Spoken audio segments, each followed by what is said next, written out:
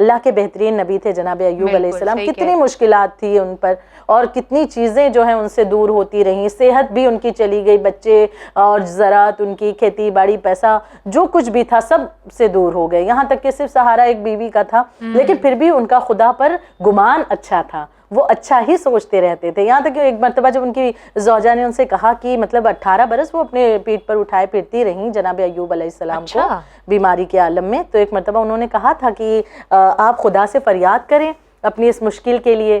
تو دیکھیں گمان یہاں پر دیکھو کتنا اچھا ان کا ایک جملہ کہ اچھا گمان اللہ کے لیے رکھتے ہوئے یہ جملے نکلتے ہیں کہ جناب ایوب علیہ السلام نے کیا کہا تھا جانتی ہو؟ جناب ایوب علیہ السلام نے کہا تھا کہ میں ابھی پچھلے 50 سالوں کی جو اچھی زندگی تھی ابھی تو میں اس کا شکرانہ ہی ادا نہیں کر پایا 18 سال کی مشکلات کا کہ فریاد اللہ سے کیا کروں. تو یعنی کہ سوچو کہ 18 برس کی مشکلات, یہاں کچھ سال کچھ مگر بہن دیکھو اب وہ تو پیغمبر تھے اور پھر اللہ کے اتنے برگزیدہ نبی تھے, اور تم یہ بھی دیکھو کہ انہیں 50 سال اچھے دیے بھی تو تھے اللہ نے کہ وہ اس کا شکر ادا کرتے. ہماری زندگی میں تم بتاؤ کیا ہے, ہم جب انسان ٹوٹ جاتا ہے نا ایک دم کہ ہر جگہ ہاتھ پیر مار کے دیکھ لیا, ہر کوشش کر کے دیکھ لیا, اس کے باوجود کوئی چیز کام کرنے کو ہی نہیں تیار ہے. تو جب اتنا ہاتھ پیر ہر جگہ مار کے ہر کوشش کر کے, اللہ ہی کہتا ہے نا کوشش کرو میں عطا کرنے والا ہوں, مانگو میں عطا کرنے والا ہوں. تو بہن ہم تو مانگے جا رہے ہیں, ہم تو کوشش کیے جا رہے ہیں اور اس پہ ایمان کے ساتھ کر رہے ہیں یہ سب, پھر بھی ہمارے ساتھ ایسے ہی ہوتا ہے. تو ہم شکایت نہیں کریں. اچھا شکایت کس کی کر رہی ہو؟ ایک چھوٹا سا بچہ ہو ہمارے گھر میں, ہم اس کی غلطیوں پر شکایت اس کے پیرنٹس سے کرتے ہیں, اس کے گارجین سے کرتے ہیں. کیوں کرتے ہیں؟ کیوں ہمیں پتہ ہے بچے سے وہ بڑے ہیں. اب کیا تم اللہ کی شکایت کر رہی ہو؟ کیا تمہاری نگاہ میں ایسا ہے کہ خدا سے بزرگ بھی کوئی ہے؟ توبہ کرو, ایسا تو ہم کیسے سوچ سکتے تو ظاہر سی بات ہے پھر اس خدا کی شکایت تم کیسے کر سکتی ہو؟ تم ایک مثال دیں. ایک واقعہ بھی اس دن مجلس میں گئے تھے تو وہاں پر سنا تھا, بہت اچھا واقعہ. دیکھو اتفاق سے تم نے جو سوال کیا اس حساب سے جواب بھی ہمیں لگتا ہے اس واقعے میں ہے کہ ذاکرہ نے بہت اچھا واقعہ پڑھا تھا کہ اخنس بن قیس نام لیا تھا انہوں نے, کہ انہوں نے ایک مرتبہ اپنی پریشانیوں کا ذکر اپنے چچا سے سعصہ بن سوحان سے کیا کہ وہ بہت پریشانیوں میں وہ ہیں مبتلا ہیں. تو اس کا وہ جو ہے وہ شکایت کرنے لگے. ان کے چچا نے انہیں فوراً ٹوکا کہ اپنی مشکلات یہ پریشانیوں کی شکایت نہ کیا کرو, کیونکہ اس کے پیچھے 2 چیزیں ہوں گی. کیونکہ اگر تم شکایت کسی دوست سے کرو گے تو وہ سن کر کے پریشان ہوگا, تمہارے لیے غمزدہ ہوگا, تمہارے لیے فکر مند ہوگا.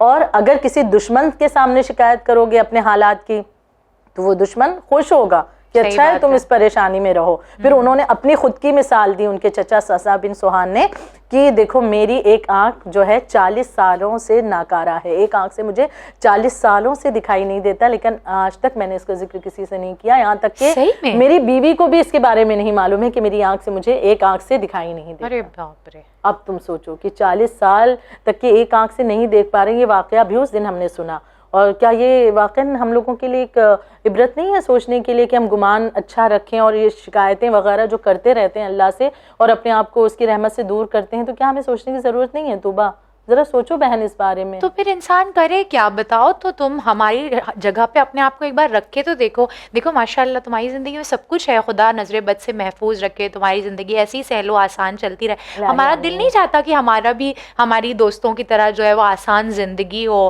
ہمارے پاس بھی کم از کم بیسک ضروریات تو ہوں. تم دیکھتی ہو کتنے پریشان رہتے ہیں, تھوڑے سے ریچارج کرنے کے لیے کبھی فون کے پریشان ہو جاتے ہیں, اتنی چھوٹی چھوٹی چیزوں کے لیے ہم محتاج ہو جاتے ہیں. تو جب ایسے حالات میں انسان ہوتا ہے نا, تو اللہ نہ کرے تم کبھی آؤ ایسے حالات میں, تب تمہیں پتہ چلے گا انسان کیسے ٹوٹ جاتا ہے. اچھا چلو ٹھیک ہے, تمہاری بات کو کنارے رکھتے ہیں. اچھا بتاؤ موبائل استعمال کرتی ہو؟ بتایا تو آج ہی ٹوٹا ہے. آج ہی ٹوٹا ہے. اچھا ہاں صدقہ نہیں دیا تم نے بتایا تھا شروع میں, وہی ٹوٹ گیا نا. اچھا یہ بتاؤ کہ اگر نیا موبائل, ایک سوال کر رہے ہیں تم سے, باتیں جانے تو بعد میں کریں گے, پھر سوال کہ اگر موبائل تم نیا خریدو اور پھر موبائل میں کچھ خرابی ہو جائے, نیا موبائل تم خرید کر لائی ہو اور اس میں اگر خدا نہ کرے, کیونکہ آج کل یہ بہت بڑا غم ہے موبائل کا بھی کسی کے لیے ٹوٹنا, تمہارا چہرہ بتا رہا ہے کہ کتنی پریشان نظر آ رہی ہو. بہرحال موبائل اگر خدا نہ کرے ٹوٹ جائے یا کچھ اس میں پرابلم آ جائے, تو اس موبائل کو جو تم نے خریدا ہے تم کہاں لے کر کے جاؤ گی بنوانے کے لیے؟ جو تمہارے گلی محلے کی چھوٹی سی ایک دکان ہے, کیا وہاں لے جاؤ گی نیا موبائل, اپنا اچھا برانڈڈ موبائل وہاں لے جاؤ گی؟ نہیں, نیا فون ہے تو پھر تو جس کمپنی سے آیا اس کی وارنٹی گارنٹی ہوگی, وہاں بنوائیں گے. ظاہر سی بات ہے نا. کیوں؟ کیونکہ وہ سروس سینٹر اس کا جو ہے کیوں لے کر جا رہی ہو؟ کیونکہ تمہیں یہ پتہ ہے کہ وہ کمپنی نے اس موبائل کو بنایا ہے, تو جب اس نے اسے بنایا ہے تو اسے پتا ہے بہتر طریقے سے اگر یہ ٹوٹ جائے گا یا اس میں کچھ خرابی ہو جائے تو اسے درست کیسے کرنا ہے. درست ہے, صحیح. اچھا, موبائل کے لیے اتنا خیال کرتی ہو, اب یہ سوچو کہ ایک موبائل کی کمپنی کے پاس تم اس لیے لے کر جا رہی ہو کہ اس نے بنایا ہے, اس لیے وہ اسے بہتر طریقے سے درست کر پائیں گے. ہمارا وجود اللہ نے بنایا ہے, اگر ہمارا وجود ٹوٹ جاتا ہے, یہ دنیا کے تھپیڑے ہمیں لگتے ہیں, کوئی پریشانیاں ہوتی ہیں, تو ہم ٹوٹا ہوا وجود لے کر اللہ کی بارگاہ میں کیوں نہ جائیں, کیونکہ جس نے وجود کو بنایا وہ قدرت رکھتا ہے. توبہ, وہ ہمارے وجود کو سنوار سکتا ہے, وہ اس بکھرے ٹوٹے ہوئے وجود کو ایسا جوڑ سکتا ہے کہ ہم حیران ہو جائیں گے. تم کہہ رہی ہو کہ بھائی سب کی زندگی دیکھ کر کے تمہیں پریشانی تو نہیں, لیکن ہاں ایک حسرت ہوتی ہے. لیکن تم اپنے مالک سے اگر کہو, ڈائریکٹ کہو نا, خدا تو سب کا ہے. تو تم سے یہی تو ہم کہہ رہے ہیں, کب سے ہم یہی تو کہے جا رہے ہیں کہ ہم دعا مانگتے ہیں اور اس یقین سے مانگتے ہیں کہ وہ دے گا ہمیں صبح شام. اگر ہمیں یہ یقین نہ ہوتا, تم بتاؤ, کہ وہ ہمیں عطا کرے گا, تو ہم اس سے مانگتے ہی نہیں, ہم دوسری جگہ جاتے مانگنے کو. ہم نے تو اپنا ایمان نہیں بدلا, ہم نے تو اپنا عقیدہ نہیں بدلا. دنیا میں ایسے لوگوں کی کمی نہیں ہے جو مشکل آنے پہ اپنا عقیدہ بدل دیتے ہیں, مگر ہم کو ابھی بھی اپنے اللہ پہ یقین ہے کہ وہی ہمارے حالات بدلے گا. یہی تو ہم چاہتے ہیں, اور ہم صبح شام اس سے مانگتے ہیں اس یقین کے ساتھ کہ وہ دے گا ہمیں. مگر تم دیکھ رہے ہو کتنے سال ہو گئے ہماری شادی کو. شروع میں تو پھر بھی چلو کسی طریقے سے کٹ جایا کرتی تھی, اب آج چھوٹا گھر بھی ہے, چاہتے ہیں کبھی مجلس کر لیں, لوگوں کو بلا لیں, لیکن نہیں, گھر کی تنگی کی وجہ سے نہیں کر پاتے. اولاد کی نعمت سے ہم ہیں ہی محروم.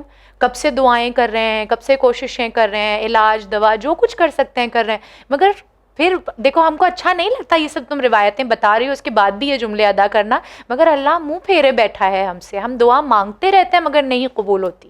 نہیں, بالکل ہمیں بھی افسوس ہے, لیکن ساتھ میں ہمیں یقین بھی ہے کہ تمہارے حالات جو ہیں وہ ضرور پلٹیں گے, اور یہ یقین تم بھی بنائے رہو. دیکھو, نا امید نہ ہو اور نہ ہی دل چھوٹا کرو. اگر تم گمان اچھا رکھو گی تو انشاءاللہ یہ جو چیزیں تم گنا رہی ہو نا, یہ بس گنتی کی رہ جائیں گی, اور ایسے مسئلے حل ہوں گے کہ تمہیں خود نہیں معلوم پڑے گا. ہم خود ایسے کئی لوگوں کو جانتے ہیں کہ جو اس سے بڑی بڑی مشکلات ان کی زندگی میں تھی, ہم نے بھی دیکھا ہے, اور لیکن پھر ان کے جو گمان تھا نا, اچھا, ہمیشہ اچھا کہتے تھے, نہیں ٹھیک ہے ہم اچھے ہیں, وہ مسئلہ حل ہو جائے گا, ارے اللہ ہے. تو ان کی اس ایک جملے کا بھی یہ اثر ان کی زندگی پہ ہم نے دیکھا کہ واقعاً ان کی زندگی آج ایک دم بالکل اثر نو پلٹ گئی, اور اتنی بہتر ہو گئی ہے کہ وہ مشکلات کبھی تھیں بھی ہمیں یقین ہی نہیں ہوتا ہے. تو اگر تم بھی ایسا سوچو تو کتنا اچھا ہو جائے. اور پھر جو یہ آزمائشیں ہیں, دیکھو آزمائش بھی ایمان والوں کی ہوتی ہے, اللہ نے منتخب کیا ہوتا ہے کسی کو, تو اسی کی اللہ آزمائش لیتا ہے. اور پھر اگر خداوند عالم کوئی مقام دینا چاہتا ہے, کچھ عطا کرنا چاہتا ہے, تو پہلے کچھ پریشانیاں, کچھ آزمائشیں, کچھ امتحانات تو اس کے ہوتے ہی ہیں. بہن, اللہ میاں تو کہتے ہیں ہم کسی کو دے کے آزماتے ہیں, کسی کو لے کے اب اتنے سال ہم سے لے کے آزما لیا, اب ہم کو دے کے آزما لیں. تمہاری اس بات پر ایک شعر پہلے بول دیں علامہ اقبال کا, کہ تندیے باد مخالف سے نہ گھبرا اے عقاب, یہ تو چلتی ہے تجھے اونچا اڑانے کے لیے. یعنی جب ہوائیں ہمارے خلاف بھی چلتی ہیں نا, عقاب کی مثال دی گئی ہے, تو یہ ہمیں اونچا اڑانے کے لیے, کہ ہمیں کوئی مقام دینے کے لیے. یہ جو آزمائش ہوتی ہے نا, دراصل اس کے ذریعے سے ہمارے لیے اور آسانی ہوتی ہے. اور پتہ ہے تمہیں, حدیثوں میں بھی روایتوں میں بھی موجود ہے کہ جب ہم بروز محشر دیکھیں گے نا کہ جو دعائیں ہماری یہاں قبول نہیں ہوئیں اس کا کیا اجر اللہ عنایت کر رہا ہے, تو اس کے بعد ہم یہ کہیں گے, حسرت کرے گا انسان کی کاش دنیا میں کوئی دعا قبول نہ ہوئی ہوتی, بس وہاں پر جد و جہد ہوتا, اسٹرگل ہی ہوتا, آزمائشیں ہی ہوتی. اور پھر اب اس کے باوجود بھی تمہارے لیے اور کچھ مثال ہم بتا دیں کہ دیکھو تاریخ ہم لوگ پڑھتے ہیں, کتنے نبیوں کی مثالیں ہمارے پاس موجود ہیں. جتنے بھی معجزے ہیں وہ حسن ظن کا ہی نتیجہ ہیں. اگر وہ اچھا گمان جو بھی انبیاء کرام رکھتے تھے اس کے نتیجے میں ہی دیکھو معجزات کس طرح سے. بات کو میں تمہارے لیے آسان کر دوں تو مثال کے طور پر تم دیکھو جناب موسیٰ علیہ السلام,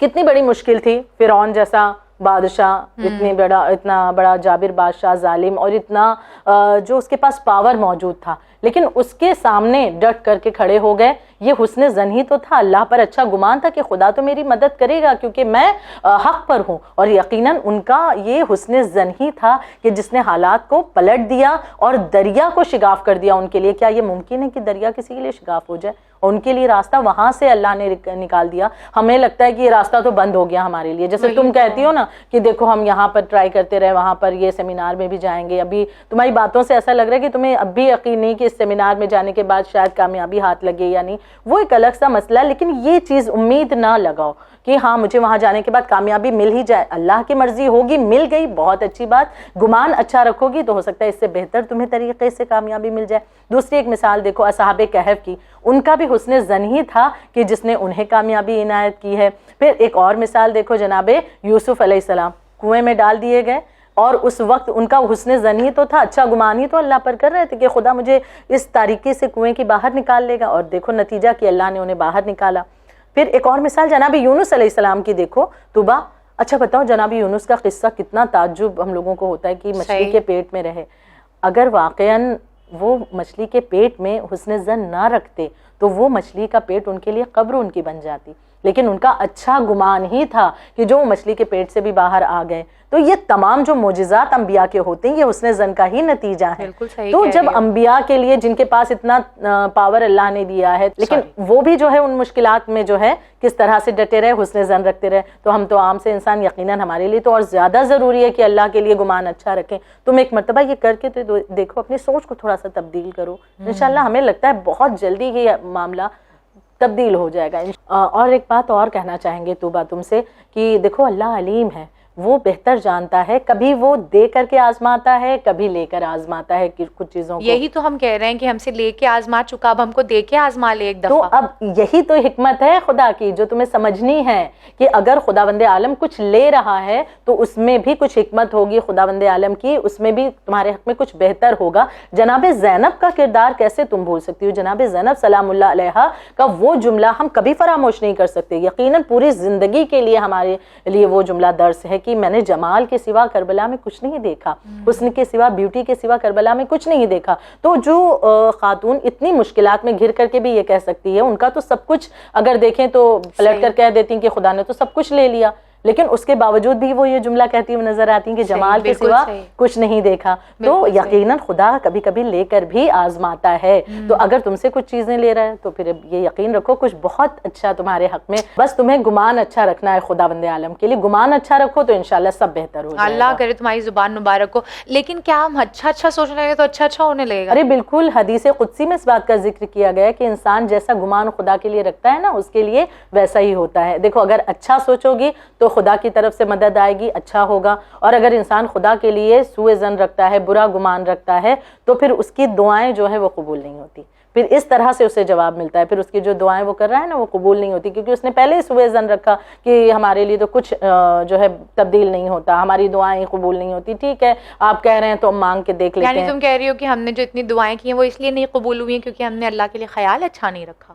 اور کچھ باتیں تو یہی نظر آ رہی ہیں توبہ, اگر گمان کو درست کر لو, کیونکہ اب تک کہ ہم لوگ دیکھو تم سے میں باتیں کر رہی ہوں اتنی دیر سے, اور یہی سمجھ میں آ رہا ہے کہ کچھ ناراض تو ہو تم یقیناً خدا سے, اور اس ناراضگی کے پیچھے خدا کے لیے گمان تمہارا درست تو نہیں ہے.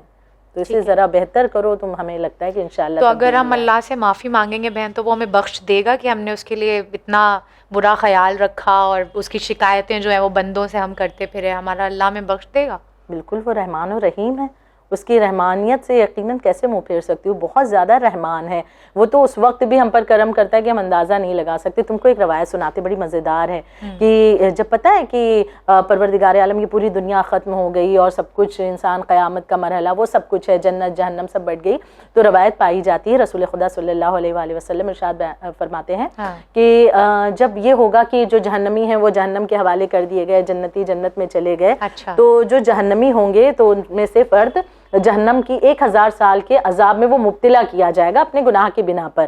تو اس وقت وہ خدا کی بارگاہ میں یا حنان ہو یا منان کہہ کر کے فریاد کرے گا, تو پروردگار عالم کہے گا جبرائیل امین سے کہ اسے باہر نکالو جہنم سے, اسے میرے قریب لے کر کے آؤ. پھر اسے جہنم کی آگ سے نکالا جائے گا, اسے خدا کے قریب کیا جائے گا. پھر خدا اس سے پوچھے گا کہ یہ بتاؤ جس جگہ پر تھے وہ کیسی تھی؟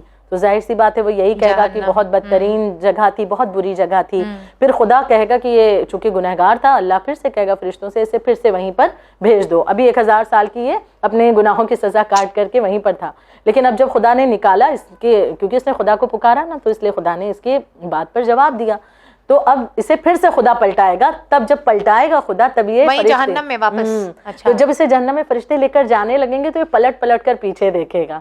اور یہاں دیکھو کتنی پیاری بات اب آئے گی سامنے کہ جب یہ پلٹ پلٹ کر پیچھے دیکھے گا نا تو اللہ کہے گا فرشتوں سے کہ رک جاؤ, یہ پلٹ پلٹ کر پیچھے دیکھ رہا ہے, اس سے پوچھنے دو. تو اب خدا کہے گا کہ تیرے پلٹ پلٹ کر دیکھنے کا سبب کیا ہے؟ تو اب یہ کہے گا کہ خدایا مجھے گمان تیرے بارے میں یہ تھا کہ جہنم میں اب اتنی سزا کاٹنے کے بعد اب تو دوبارہ مجھے وہاں نہیں بھیجے گا, تو میرا گمان تیرے بارے میں یہ تھا. اللہ فوراً فرشتوں کو کہے گا اس نے میرے بارے میں اچھا گمان کیا ہے نا, اب اسے جہنم میں نہیں بھیجو, اب یہ جنت میں اسے داخل کر دو. یعنی سوچو کہ کتنی بڑی چیز یہاں پر ہے کہ ہم اگر اچھا گمان رکھتے ہیں تو سب کچھ اچھا ہی اچھا. ہمارا تو دل بھر آیا یار, تم نے اتنی اچھی بات بتا دی. اچھا ہی ہوا ہمارا فون ٹوٹ گیا, دیکھو تم آ گئی. اور تمہارا دل ہے بھی بہت اچھا یقیناً, بس ذرا سی مصیبتوں کی وجہ سے پریشان ہو, لیکن بس اس چیز کو ذرا درست کر دو. چلو ٹھیک ہے, کہیں یہ موقع بھی نہ نکل چلو جائے, ہاں آج سے جلدی وہاں چلو, دیر نہ نکلنا ہو ہے. جائے کہیں. بہت شکریہ تمہارا, تم نے بہت حوصلہ افزائی کی ہے میری. اللہ کرے وہاں پہ بس بات بن جائے انشاءاللہ انشاءاللہ. ٹھیک ہے, چلو نکلتے ہیں. ناظرین گرامی, یہ نفیسہ اور طوبیٰ کی گفتگو جو اللہ سے حسن ظن رکھنے کے بنا پر تھی کہ پروردگار عالم اپنے بندوں سے اسی طریقے سے ڈیل کرتا ہے, ٹیکل کرتا ہے, کام لیتا ہے جس طریقے سے وہ اس کے بارے میں خیال رکھتے ہیں. سائیکلوجی کا ایک فیکٹ ہے کہ اگر انسان سے یہ کہا جائے کہ اسے گرین کلر کی چیزیں اپنے ارد گرد دیکھنی ہیں, تو جب وہ گرین چیزوں کو ڈھونڈے گا اسے گرین کے علاوہ اور کوئی کلر نظر نہیں آئے گا. اسی طریقے سے اگر ریڈ, یلو, کسی بھی ایک خاص کلر کے بارے میں کہا جائے کہ اس کلر کو دیکھنا ہے تو اسے اس کلر کے علاوہ اور کوئی کلر نظر نہیں آئے گا.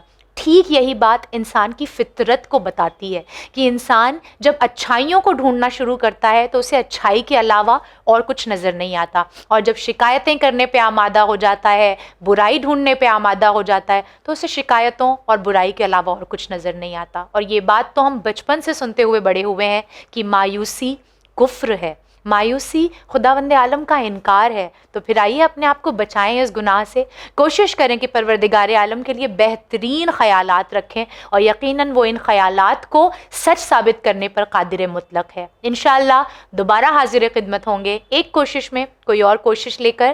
بنے رہیے چینل ون کے ساتھ. فی امان اللہ.